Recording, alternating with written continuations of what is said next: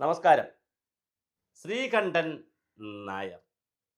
പേര് ദൈവത്തിൻ്റെ ശ്രീകണ്ഠൻ. ശ്രീ ഹിന്ദുക്കളുടെ ശ്രീകണ്ഠൻ പരമശിവൻ അല്ലെ ദൈവത്തിൻ്റെ മഹാദേവൻ.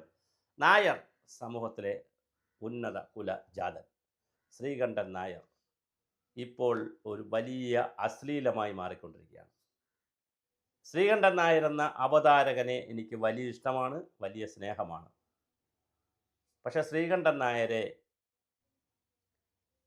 ഞാൻ നിരീക്ഷിച്ച് തുടങ്ങിയത് വളരെ കുറച്ച് ദിവസമേ ആയിട്ടുള്ളൂ. ഞാൻ 24 ചാനലിലൊക്കെ ധാരാളം ചർച്ചയ്ക്ക് പോകുന്ന ആളാണ്.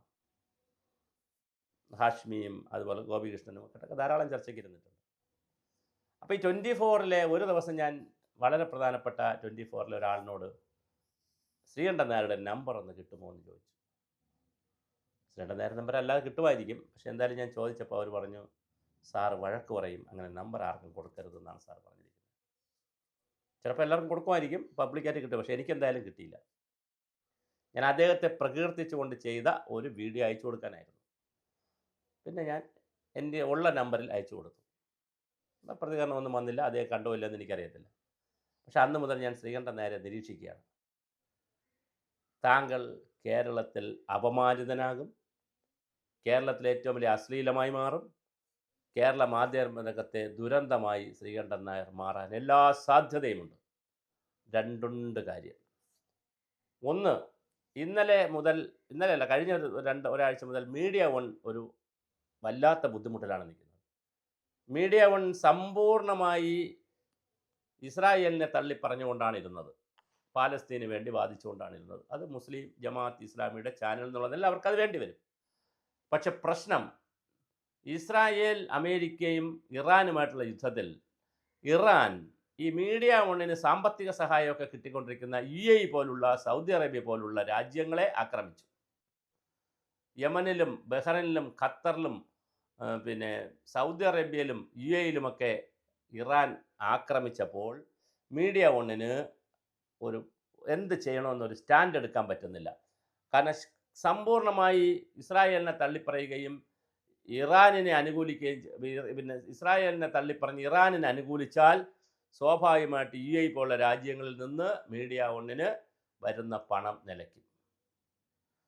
തിരിച്ച് ഇറാനെ സമ്പൂർണ്ണമായി തള്ളിപ്പറഞ്ഞാൽ ഇതുവരെ അവർ കൊണ്ടുവന്ന സംവിധാനവും മുസ്ലിങ്ങളോടുള്ള വെറുപ്പാണെന്ന് പറഞ്ഞ് മറ്റൊരു തരത്തിൽ അവർക്ക് നിലനിൽപ്പിൻ്റെ പ്രശ്നം വരും. ഇതൊരു ഗ്യാപ്പുണ്ടായി.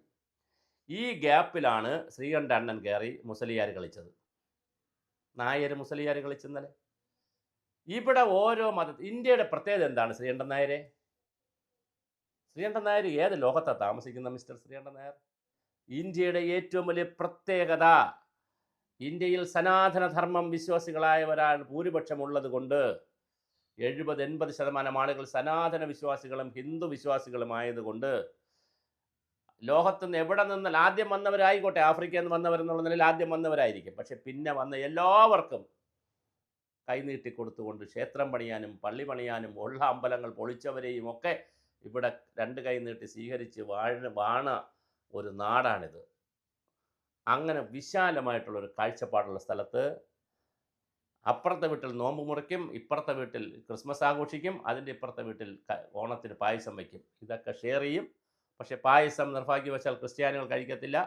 ഈ മതപരമായ പായസം കഴിക്കത്തില്ല, അല്ലാത്ത പായസം കഴിക്കും. മതപരമായി ചെയ്യുന്ന പായസം കഴിക്കത്തില്ല, അല്ലെങ്കിൽ ക്ഷേത്രങ്ങളിൽ നിന്ന് കൊണ്ടുപോകുന്ന പായസം കഴിക്കത്തില്ല. അങ്ങനെ കുറേ പ്രശ്നങ്ങളുണ്ട്, അതൊക്കെ അവിടെ നിൽക്കട്ടെ. അപ്പോൾ അതിനിടയിലാണ് ശ്രീകണ്ഠൻ നായർ 2 പരിപാടി കൊണ്ടുവന്നു. ഒന്ന്, നമ്മൾ തമ്മിലോ അങ്ങനെ അതൊരു പരിപാടി കൊണ്ടുവന്നു. ഇത്രയും വലിയ അശ്ലീലം വേറൊന്നുമില്ല. താങ്കൾ ആരെയൊക്കെ വിളിച്ചുകൊണ്ടിരുത്തിയോ അവരെല്ലാം പിറ്റേ ദിവസം കേസിൽപ്പെട്ടിട്ടുണ്ട്. കഞ്ചാവ് കേസ്, പെണ്ണ് കേസ്, വല്ലാത്ത പോപ്സോ കേസ്, എന്തെല്ലാം കേസിൽപ്പെട്ടിട്ടുണ്ട്. സകല അലമ്പുകളെയും പിടിച്ചുകൊണ്ടിരുത്തിക്കൊണ്ടുള്ള അലമ്പ് സബ്ജക്റ്റുകളും എടുത്തിട്ടുള്ള അലമ്പ് ചർച്ചയാണ് താങ്കൾ നടത്തുക. താങ്കൾ റേറ്റ് കൂട്ടാനാണ്, അതിനകത്ത് കുഴപ്പമില്ല. റേറ്റ് കൂട്ടാൻ എന്ത് തോന്നിയവസം കാണിച്ചാലും റേറ്റ് കൂട്ടാൻ പറ്റും, അത് ചെയ്യുന്നു. ഇന്നലെ താങ്കൾ അതിനേക്കാൾ ഗുരുതരമായൊരു കാര്യം ചെയ്തത്, താങ്കൾ ഒരു കപ്പ് ചായ വെച്ചുകൊണ്ടാണ് മോർണിംഗ് ഷോ നടത്തിയത്. അപ്പോഴാണ് ആരോ ചോദിച്ചു, നോമ്പ് കാലത്ത് ചായ കുടിക്കുന്നോ നിങ്ങാണ്ട് ചോദിച്ചപ്പോൾ താങ്കൾ സുന്നത്ത് ചെയ്ത ആളാണോ? മുറിച്ചിട്ടുണ്ടോ? താങ്കൾ മുസ്ലിമാണോ? താങ്കൾക്ക് നോമ്പുണ്ടോ? പച്ചയ്ക്ക് പറയണ്ടേ, എനിക്ക് നോമ്പില്ല സഖാവേ, അല്ലെങ്കിൽ നോമ്പില്ല സുഹൃത്തേ, എനിക്ക് നോമ്പില്ല, ഞാൻ ഹിന്ദുവാണ്, അല്ലെങ്കിൽ ഞാൻ നോമ്പിൽ വിശ്വസിക്കുന്ന ആളല്ല. നോമ്പിൽ നോമ്പ് നിങ്ങളുടെ നോമ്പാണ്, നിങ്ങളുടെ ആചാരമാണ്. എൻ്റെ ആചാരം നോമ്പല്ല. എൻ്റെ ആചാരം വ്രതവും മറ്റു കാര്യങ്ങളും. ഞാനിപ്പോൾ വ്രതത്തിലല്ല, അതുകൊണ്ട് എനിക്ക് ചായ കുടിക്കാമെന്ന് പറയാനുള്ള ഊർജ്ജവും ആർജ്ജവും ഇല്ലെങ്കിൽ ആ നായരെങ്കിലും തൽക്കാലം വെട്ടിക്കളയുക. അതുപോലെ ശ്രീകണ്ഠൻ എന്നുള്ള പേരും വെട്ടിക്കളയുക. അതൊക്കെ ഹിന്ദുക്കളുടെ പേരാണെന്നേ. എന്തിനാണ് നിങ്ങൾക്ക് ആ പേര്? നിങ്ങൾ വല്ലാത്ത മതേതരവാദിയല്ലേ? നിങ്ങൾ കേരള സ്റ്റോറിയെക്കുറിച്ച് പറയുന്ന കേട്ടു, ബീഫിനെക്കുറിച്ച് പറയുന്ന കേട്ടു. എന്തെങ്കിലും മനസ്സിലാക്കിയിട്ടാണോ ശ്രീകണ്ഠൻ നായരെ വർത്തമാനം പറയുന്നത്? താങ്കളെപ്പോലെ ഒരു മറ്റൊരു ചാനൽ, ജനം ചാനൽ, അതും ഒരു ചാനലാണല്ലോ. 15ഓളം പെൺകുട്ടികളെയാണ്, കേരളത്തിലെ പെൺകുട്ടികളെയാണ്, ആർഷവിദ്യാ സമാജത്തിലെ പെൺകുട്ടികളെ നിരത്തിക്കൊണ്ട് അവരുടെ പുസ്തകമുണ്ട്, അത് വാങ്ങിച്ച് വായിക്കണം ശ്രീകണ്ഠൻ നായർ. അവരുടെ വീഡിയോസ് ഉണ്ട്, അവരുടെ ഡോക്യുമെൻ്ററി ഉണ്ട്. അവരെ മുസ്ലിം ചെറുപ്പക്കാർ സ്നേഹിച്ച് പ്രണയിച്ച് പറ്റിച്ച് കൊണ്ടുപോയി മതം മാറ്റി പൊന്നാനി പോകണമെന്ന് പറഞ്ഞു വളരെ കഷ്ടപ്പെടുത്തിയിട്ട് ആ 15 പെൺകുട്ടികളും തിരിച്ചു വന്ന പെൺകുട്ടികളുടെ പുസ്തകമുണ്ട്, അവരുടെ ലേഖനങ്ങളുണ്ട്. അവർ പരസ്യമായി ചാനലുകൾ വരുന്നു. എന്തേ ശ്രീകണ്ഠൻ നായർ അതുകൂടി എടുത്ത് കൊടുക്കാത്തത്? അപ്പോൾ ഹിന്ദുക്കൾക്കൊരു കുഴപ്പമുണ്ട്. ഹിന്ദുക്കൾ ഏറ്റവും കൂടുതൽ വരുത്തുന്നത് മുസ്ലിം പത്രമായിരിക്കും, ക്രിസ്ത്യൻ പത്രമായിരിക്കും. ഹിന്ദുക്കളെ സംബന്ധിച്ചിടത്തോളം അവർ വലിയ മതേതരവാദികളാണ്, വേറെ വിഷയമൊന്നുമുള്ളവരല്ല. അവർ എല്ലാം സീരിയസ് ആയിട്ട് ചെയ്യുന്നവരാണ്. മറ്റുള്ളവരെ പോലെയല്ല സംഘടിതമായി. ഹിന്ദുവിൻ്റെ അടുത്ത് ഹിന്ദുക്കളോട് ആരും പറയാറില്ല നിങ്ങൾ ഇന്ന പത്രം വരുത്തണം അല്ലെങ്കിൽ ഇന്ന രീതി. അതേസമയം മറ്റേതാണ് കൃത്യമായി പറയാറുണ്ട്. പള്ളികളിൽ നിന്നും ഒക്കെ വളരെ കൃത്യമായി കോട്ട വരെ ഇട്ട് കൊടുക്കാറുണ്ട്. ഇവിടെ ആരും കോട്ട ഇടാനുമില്ല, കോട്ടുവായി ഇടാനുമില്ല. ആളുകൾ വാങ്ങണമെന്നുള്ളവർ വാങ്ങും, വേണ്ടാത്തവർ വാങ്ങില്ല. അപ്പോൾ അവർ പലതും വാങ്ങും, പലതും വാങ്ങാതിരിക്കും. പല കണ്ടീഷൻ വെച്ചുകൊണ്ട് അവർ വാങ്ങും. അതിനകത്ത് ജാതിയും മതവും നോക്കാറില്ല. അതേസമയം താങ്കൾ വളരെ കൃത്യമായി ഇന്നലെ ഒരു മുസ്ലിം പ്രകടനം നടത്തിയിട്ടുണ്ട്.